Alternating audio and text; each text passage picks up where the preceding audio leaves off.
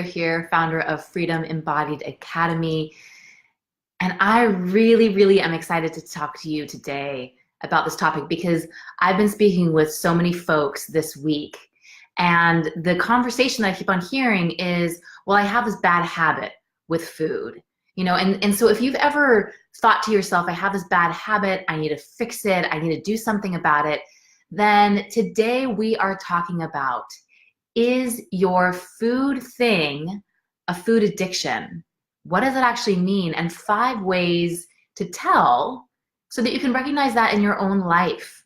And this is so important. I know that for me, for years, I never ever thought of the word addiction for myself. I just thought that I was lazy. I thought that I was stupid. I thought I was undisciplined. I thought I just didn't get it. I thought something was wrong with me. I saw other people being able to, stick to a plan or, kind of satiate and then lose interest in food. And I didn't get what my problem was. And I felt so alone and I felt so misunderstood.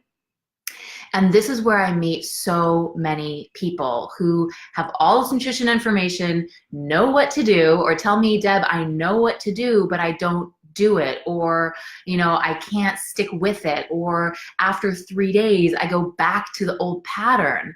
And I just want to say, oh my gosh, let's talk about what it actually means, what you can look for to start to get on the conversation of, do I have an addiction? Is this thing actually an addiction? And here's the thing, hey Rebecca, here's the thing, is that I really, is my big disclaimer. This is not meant to diagnose you, and this is not meant to make you feel like you're wrong or you're broken or you're beyond repair or any of those things. What today's discussion is all about is helping you get some clarity, recognizing some things in your own life based off of your own experience so that you can not feel alone and so that you can get out of the mindset of, there's something wrong with me, I'm never gonna get this, whatever, I don't care, I'm just gonna have to deal with this forever. And you can start to see that, maybe, just maybe, there is something deeper going on here for me. And that deeper thing that's going on doesn't mean that I'm beyond repair. That deeper thing that's going on means that I possibly need to address this with a deeper solution. That the solution that I thought I was supposed to do of figuring out my food and trying keto or trying to count my macros or going on this diet or going on this cleanse or going on this detox, that maybe addressing this at the surface level is actually not addressing the real problem. And that perhaps there's a deeper solution that I can get in touch with. And if I do, I can actually have lasting freedom. That is what today's conversation is all about. And so if you are interested in that, if there's kind of a deep part inside of you that's like, yeah, I think that I know that at a deep level, that this isn't just that my schedule is too busy or I'm always on the go or, the anxiety or the depression or the family or the commitments or, the kids or any of those things out there. I feel like there is something going on deeper down. I want to know what that is. Then this is all for you. And truly, and thank you so much, Pam and Julie, and oh my gosh, Catherine, it's so wonderful to see you here. And this is exactly why I actually created the Freedom from Food Addiction interview series, because I said, what I really needed was to get that there is a body, mind, spirit solution. It's a deeper solution to all this stuff. And we can't just fix things on the surface. And I'm seeing so many smart people struggling and feeling like there's something wrong with them and they're never going to get this because they're trying to fix their food to address their underlying food issue. And so that's why I created the Freedom from Food Addiction interview series. If you are not a part of that, I will leave a link in the comments. It's an absolutely free event and you can be a part of it. It starts on May 8th through the 15th, and it would be amazing to have you be with us on this journey as we really dive into deeply looking at that body, mind, spirit solution to having lasting freedom. So the link will be in the comment for all of that. But let's dive in. 5 ways to tell, okay? So number 1 is that you obsess about food all the time. So this is like you can be in the middle of a conversation with somebody and all of a sudden you're starting to, fantasize about the chocolate that you want to go and pick up after, this conversation, and you want to go home and you want to go eat. You can be in the middle of eating breakfast and already start to plan for lunch. You can be, you can be going throughout your day. You can be at work and already thinking about, okay, what am I going to do? How am I going to get off of work? I need to go get that peanut butter. I mean, it's this constant thing that's going. It's like a whole second job of what should I eat? What can I have? What can't I have? What are other people seeing me have? What should I do now that I just ate that? There's like this constant calibration, feeling uncomfortable in your own skin, obsessing and thinking about food all the time. So if you notice that you are in that, then that is one of the ways that you can tell that perhaps you are struggling with something that is happening at a deeper level for you. Okay, so obsessing all the time is number one. Number two, this is so great, big, huge. This is that once you start eating something, you don't want to stop. Something else takes over and you don't want to stop. It's like you can tell yourself, I'm just going to have a bite. I'm just going to have one cookie. I'm just going to have a few chips. I'm just going to have one scoop of peanut butter. I'm just going to have a serving of ice cream or whatever it is. But as soon as you start and you get that taste going on in your mouth, it's like, oh, well, I mean, it is only this many calories. I think I could just have another one. And you have that second one. And then you got to have the third. And then you're already into it. You've already blown the diet for the day. So why not just have the whole bag or box or bowl or whatever it is? So if you ever find yourself doing that, you do not intend initially to just have this big binge. But once you start eating, you find that you can't stop. And, it's not always this way. But that once you start eating, you don't know, am I going to satiate? Is it going to be enough for me after 5 cookies? Is it going to be the whole box of cookies? Is it going to be the whole bag of candy or the whole thing of chocolate? Or am I going to satiate just out of a pint of ice cream and not a whole gallon? I mean, you don't know, but it's like once you start, something else takes over. So if you relate to that, again, these are just things to start self-identifying. These are things to help you to get clarity of like, hey, yeah, I think I'm relating to that. And if you're relating to that, again, this does not mean that you are broken, that there is something wrong with you, that you are beyond repair, that you're never going to be fixed, that you're lazy, that you're undisciplined, that you're stupid. It's none of those things. It's just an indication that there might be something deeper going on and that you will not find your solution by focusing on the surface fixes. You need to go to a deeper solution. You need a body, mind, spirit solution. And, I can support you with that if you want. We have an entire free online series that is all dedicated to that. But these are just ways that you can start to self-identify. Okay, so that is number 2. Number 3 is this term that I hear from people all the time, and this is, I know better. I know what to do. I have all this nutrition information. I have all this knowledge. I have tried all these different things. I've tried different diets, and I've tried to intermittent fast, and I've tried to stay away from carbs, and I've tried to go high fat, and I've tried to do all these things, and I know what to do. I know that I shouldn't have the sugar. People tell me all the time, I know I shouldn't have the sugar.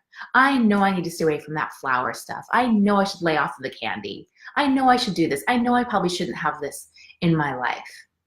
I know I shouldn't have the salt. I was talking to someone yesterday. I know I shouldn't have the salty things, the fries, the chips, the dip, all this stuff.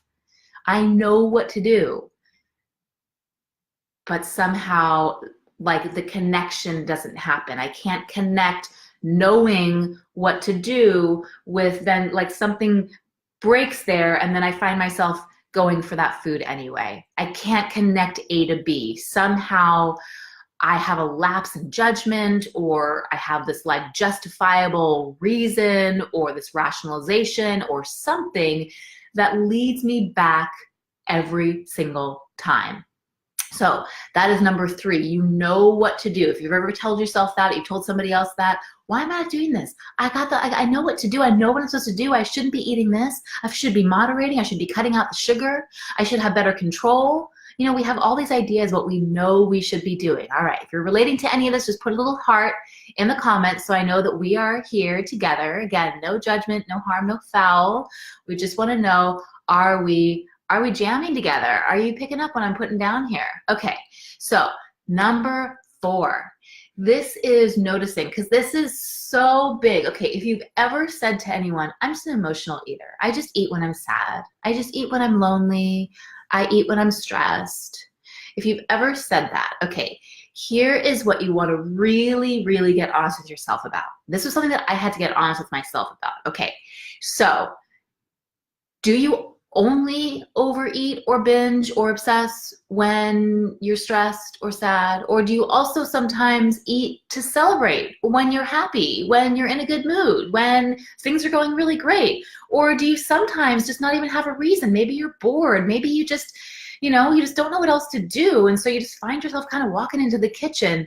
Maybe you're just eating because it's a Tuesday. It's like, do you notice that you are going to food not just when you're sad or down or depressed or stressed, but that you find yourself going to it for no particular reason? Sometimes you're not even thinking at all. You just find yourself like pulling food out of the kitchen. You might even find yourself eating and sort of come to and be like, how did I get here? Like, what's happening right now? So that's just another indication that there is something deeper going on. If you find yourself eating for whatever reason, and it's not necessarily just, oh, well, I'm really down, and so therefore I use food to comfort me. It's oftentimes more than that. So seeing lots and lots of hearts, I love it. I feel you, I get you. You are not alone in this conversation. So, okay, so number 5 here, number 5. So this is, I can't tell you how many people, I was like this for such a long time. Okay, so this is if you go a period of time, let's say it's 3 days, let's say it's 3 weeks, let's say it's 3 months, where you're like being good, you're on the kick, you are following the diet plan, you are exercising. People will tell me, like, we get, and I used to do this all the time, I get it.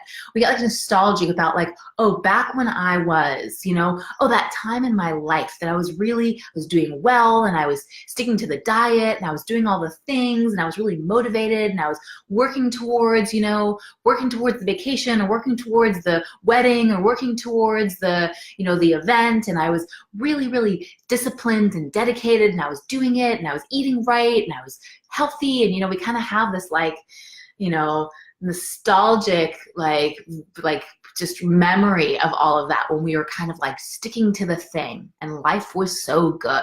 We were never stressed, and we never hated on our bodies, all this stuff. Anyway, so if you've ever had an experience where you stayed away from a pattern or food for a certain amount of time, and you're like, I think I kicked it. I think I'm done. I think I finally, here's the key word, I finally figured it out. I finally figured it out. I finally got the discipline, the mental discipline, the mindset, I stopped being lazy. I finally figured it out. Dun, dun, dun. If you've ever said it to yourself, then you found yourself going back to the pattern or back to the food, then that's also an indication. And I speak with people all the time, and they're like, oh my God, I was doing so well, and then I got sick, and then this happened, and then something happened. There's always like a kind of a snag or something that happens, and then you're just right back into it. So it's not just once I start eating, I can't stop. But do I actually have a time where I'm not acting in that way, or I'm not eating that food, or I'm not doing that thing, but then somehow I find myself back in the pattern? If you ever have found yourself in that, again, that is another indication that you will not fix a food problem by focusing on the surface solutions, the quick fix solutions. And I use the word fix very intentionally because let's just face it, you can't fix yourself to freedom. You can't, every time you're trying to fix something, it's like when I'm trying to fix something, then it means that something is broken. And so if I'm in the mindset of fixing something or figuring it out and I'm up in my head and I'm grinding and I'm trying to figure it out and I'm trying to be better and I'm trying to do the right thing and all this stuff, that is not the energy of what actually leads you to freedom. So again, that path of freedom starts with getting to the deeper solution. And that deeper solution is a body, mind, spirit solution. And I want to give you one little tip or tool in just a moment that can help you get onto that path. And before I do, I just want to remind you that if you have not joined the Freedom from Food Addiction interview series, this is over 20 leading experts who are all sharing. I've interviewed every single one of them and they are incredible, and they are all sharing practical tools and strategies for how to live free, how to end the obsession around food, how to feel comfortable in your own skin, how to stop the sabotage cycle. If this is stuff that you are wanting, then I really, really invite you to click the link that is in the comments. Come and join us. It's a free event. You've got nothing to lose. And we would love, love, love to have you. I'd love to be on this journey with you. So this tip that I want to share with you that anybody can practice right now, and you're actually already practicing it as you are in this conversation with me right now, is getting honest with yourself. The moment you start to get honest, this is a really powerful question you can ask yourself. Where do I need to get honest in my relationship with food? Or what do I need to get honest about as it relates to my relationship with food? And then just be quiet and let your inner guidance talk to you. Because I can tell you that every time I've asked myself this question, my inner guidance is like, well, I thought you would never ask. And you can just start taking notes. I'm telling you, and just don't judge it. Just start writing all the things down. It'll just start talking to you. And it's really, really important. And it's really, really important for you to get this, is that when that inner guidance starts talking to you, when it starts saying things like, well, listen, you are overeating. Well, listen, you know that this stuff, when you eat this stuff, your stomach blows up. It gets so distended and uncomfortable. This food is not working for you, but you keep on stuffing me with it. You know, it'll start telling you all of this stuff. And here's what you want to do with that, is you want to not go into judgment. You want to get curious. And you want to start asking questions. You want to start getting curious, leaning in and asking for support. So asking your inner guidance, and it'll start talking to you. Getting curious, asking questions, and asking for some support and some guidance around all of this, because you do not need to figure this out on your own. In fact, I don't think any of us really can figure it out on our own, because we're in the same mindset that's trying to justify going back to the food. And so how can we be in that mindset and then use that same mindset to try and get free from that mindset? You can't use the same mindset. It just doesn't work. We need some inspiration and some guidance that is going to help us to actually catapult into a new level of awareness and understanding and freedom. And so if you are feeling inspired for all of that, if you are inspired to get honest with yourself, if you're inspired to take that next step, to really, powerfully take an action step on your path of lasting freedom, then I encourage you to do any of the things that we just talked about. Get honest, get curious, stop judging yourself, start asking questions, get support, and of course you can find all of those tools and resources at the Freedom from Food Addiction interview series. So if it does call you to be a part of that free series, it is open to men, women, anyone who is wanting more freedom around the relationship with food, then I invite you to click the link and to join us. So thank you again so much for tuning in. I hope that it was valuable for you. It was certainly wonderful to be here with you, and I look forward to connecting very, very soon. Bye for now.